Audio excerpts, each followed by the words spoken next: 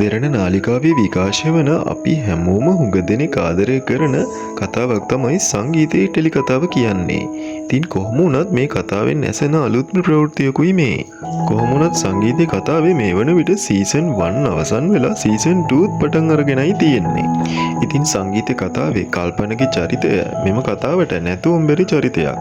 ඉතින් මෙම චරිතය පිළිබඳ වාර්තා වන්නේ මේ වගේ පුවතක්. ඉතා ආවේගශීලී චරිතයක් වෙච්ච කල්පනගේ චරිතය මේ කතාවේ රසය තවත් වැඩි කරා.